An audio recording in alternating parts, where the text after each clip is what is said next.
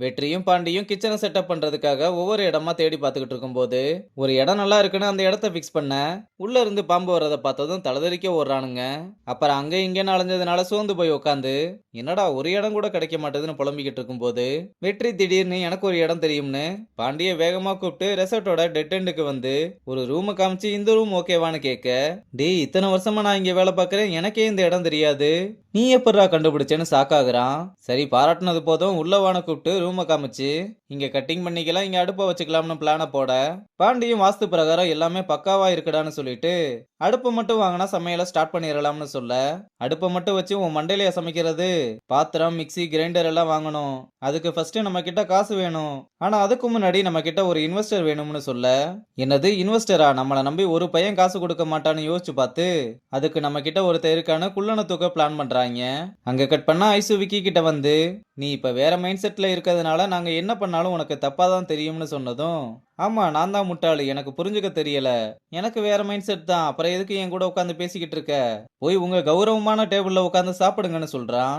ஏன்டா எங்களை இனிமையா பாக்குற, வேணி எவ்வளவு கஷ்டப்படுறான்னு உனக்கு தெரியுமான்னு கேட்க, நாங்க லவ் பண்ற மேட்ரு உனக்கு தெரியும் தானேன்னு வேகமா வந்து என்ன கிச்சனை விட்டு வெளியே தள்ளினது பத்தாதுன்னு இந்த ரெசார்ட்டை விட்டே வெளியே தள்ள பாக்குறியா, என்ன பண்றதெல்லாம் பண்ணிட்டு கண்ணை கசக்கி இவங்க எல்லாரும் முன்னாடி என்ன கெட்டவனாக்க ட்ரை பண்றியான்னு அவனா உன்னை புரிஞ்சுக்கிட்டு போதும்டா சாமின்னு கையெடுத்து கும்பிட்டு கிளம்ப, வேணி இதனால ரொம்பவே வருத்தப்படுறா.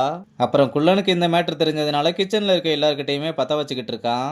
அப்ப நம்ம பசங்க வந்து குள்ளனை கூப்பிட்டு உங்ககிட்ட ஒரு முக்கியமான சீக்ரெட் சொல்றோம், யார்கிட்டயுமே அதை சொல்லக்கூடாதுன்னு சொல்லிட்டு அவங்கிட்ட புதுசா ஆரம்பிக்க போற கிச்சனை பத்தி சொல்ல, சரி உங்க கிச்சனுக்கு யாரு ஹெட் செஃப்னு கேட்டதும் உன்னை தவிர வேற யாரால இருக்க முடியும்னு சொன்னதும் குள்ளன் குழிக்குள்ள விழுந்துட்டான். ஆனா அதுக்கு இன்வெஸ்டர் நீதான்னு சொன்னதும் அதெல்லாம் நமக்கு சரிப்பட்டு வராதுன்னு கிளம்ப, அட என்னப்பா உத்தம எங்க பிளான கேட்டு எவ்வளவு செலவானாலும் பரவாயில்ல, நான் காசு தரேன்னு சொல்லியும் ஒரு திறமசாலி கிட்ட அந்த பொறுப்பை கொடுக்கலாம்னு உன்னை தேடி வந்தா நீ முடியாதுன்னு சொல்ற, சரி பரவாயில்ல இருக்கட்டும்னு கிளம்ப, சரி சரி கோவப்படாதீங்கடா, காசு போட்டா கண்டிப்பா ரிட்டர்ன் வரும்லன்னு கேட்க, அதெல்லாம் பெருசா வரும்னு சொன்னதும் அதை நம்பி நான் இப்ப கொஞ்சம் பிஸியா இருக்கேன், நம்ம அப்புறம் பேசலாம்னு சொல்றான். அப்புறம் கிச்சனுக்கு தேவையான பொருளை எல்லாம் வாட்ச்மேன் கிட்ட போய் சொல்லி நம்ம குள்ளன் தான் சாமர்த்தியமா உள்ள கொண்டு வந்திருக்கான். உள்ள வந்ததும் சாமியை கும்பிட்டு இவனுங்களை நம்பிதான் இறங்கியிருக்கேன், எப்படியாவது காப்பாத்துன்னு வேண்டிக்கிறான். அடுத்து கிச்சனை நல்லா அருமையா செட் பண்ணிட்டு பாலை காய்ச்சி குழவு போட்டு ஆரம்பிக்கிறாங்க. இங்க கெஸ்ட் சாப்பாடுல ஏதோ போடக்கூடாதுன்னு சொல்லியும் அதை போட்டு விக்கி சாப்பாடை எடுத்துட்டு வந்திருக்கான் போல. இந்த வேலையை கூட உன்னால உருப்படியா செய்ய முடியாதுன்னு திட்ட ஆரம்பிக்க, சார் இது என்னோட மிஸ்டேக் இல்ல, கிச்சன் மிஸ்டேக் தான், நான் கரெக்டா தான் ஆர்டர் கொடுத்தேன், என்னால இதுக்கு பொறுப்பேற்றுக்க முடியாதுன்னு சொல்றான். அப்ப நம்ம பசங்க வந்ததுமே கெஸ்ட் அவங்க பக்கம் திரும்ப இது எங்களோட தப்பு இல்லைன்னு சொன்னதும், உங்க அப்பா பேரை காப்பாத்துறதுக்காக இப்படிதான் கேவலமா பொய் சொல்லுவியான்னு கேக்குறான். அவளும் கெஸ்ட் கிட்ட இதுதான் நீங்க கவுண்டர்ல கொடுத்த பில்லுன்னு காமிக்க, இந்த மாதிரி ஆர்டரை மாத்தி விளையாடுற விளையாட்டெல்லாம் என்கிட்டயே காமிக்கிறீங்களான்னு கேட்க, நான் ஒன்னும் உன்னை பழி வாங்கணும்னு நினைக்கல, ஆனா நீ தான் அப்படி பைத்தியக்கார மாதிரி நினைச்சுக்கிட்டு இருக்கேன்னு சொல்றா.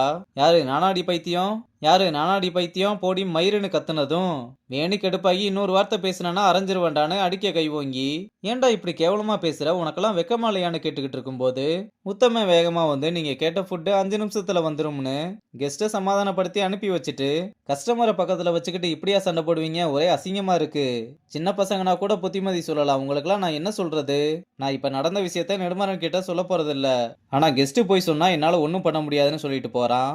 அங்க கட் பண்ணா இந்த பக்கம் ஒரு கெஸ்ட் மெனுவை பார்த்துட்டு உங்க ரெசார்ட்ல நான் சாப்பிடணும்னா கொள்ளதான் அடிச்சிட்டு வரணும் போலயேன்னு பிரைஸ் எல்லாம் என்ன இவ்வளவு அதிகமா இருக்கு, நான் இதை சாப்பிட்றதுக்கு பட்னியாவே கிடந்துக்கிறேன், நீ கிளம்புன்னு சொல்றாப்ல.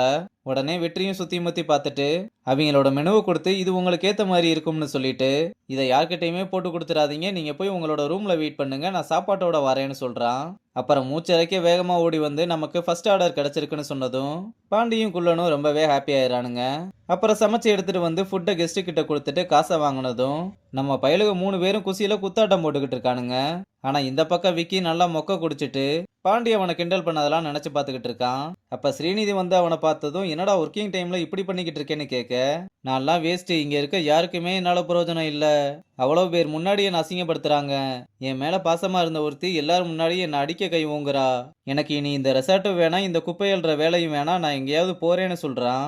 அதுக்கு ஸ்ரீநிதியும் நான் உனக்கு இருக்கேன், நீ எதுக்கும் கவலைப்படாதுன்னு சொன்னதும் உடனே அவளை கட்டி பிடிச்சு எனக்கு யாருமே வேணாம், நீ மட்டும் என் கூடவே இருன்னு சொல்ல அவளும் ஆறுதலுக்காக சரி நான் இருக்கேன்னு சொல்றதோட இந்த எபிசோட முடிச்சிருக்காங்க.